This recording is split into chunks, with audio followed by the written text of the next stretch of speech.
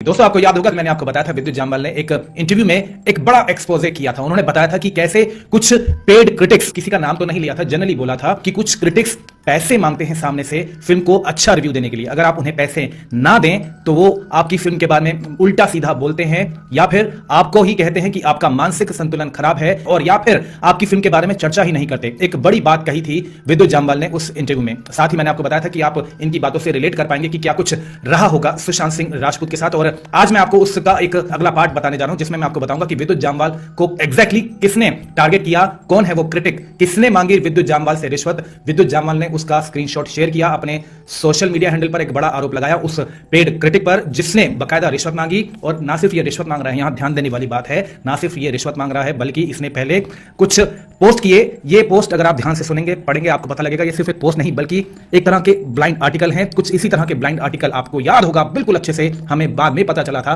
कि सुशांत के साथ भी ऐसा ही घिनौना खेल खेला था कुछ सो कॉल्ड बड़े बड़े क्रिटिक्स ने। उन्होंने भी सुशांत के लिए लिखे थे कई सारे ब्लाइंड आर्टिकल। अब मैं आपको बताता हूं कि क्या हुआ है। तो पहले उसका नाम बताने से पहले मैं आपको बताता हूं कि उसने कुछ पोस्ट क्या किए। बहुत मुमकिन है कि विद्युत जामवाल ने उन्हें पैसे देने से मना किया, तब उसने किस तरह से बिना नाम लिए किस तरह के पोस्ट किए, एक बहुत ही खतरनाक से पोस्ट किए। बड़ा ध्यान से सुनिए। लिखते हैं वो भाई साहब जो अपने आप को क्रिटिक कहते हैं, when popularity turns into arrogance it's a downfall.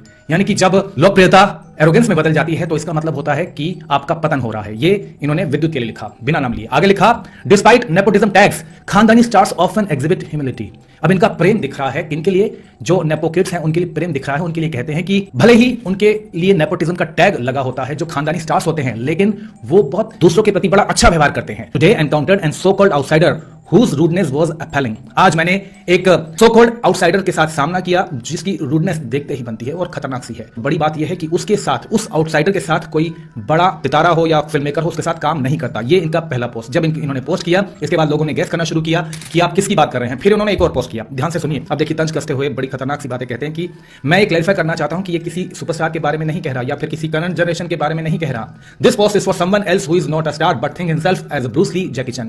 कहते हैं कि ये पोस्ट किसी स्टार के लिए नहीं है, ये पोस्ट उसके लिए है जो अपने आप को ब्रूस ली समझता है या जैकी चैन समझता है। I have met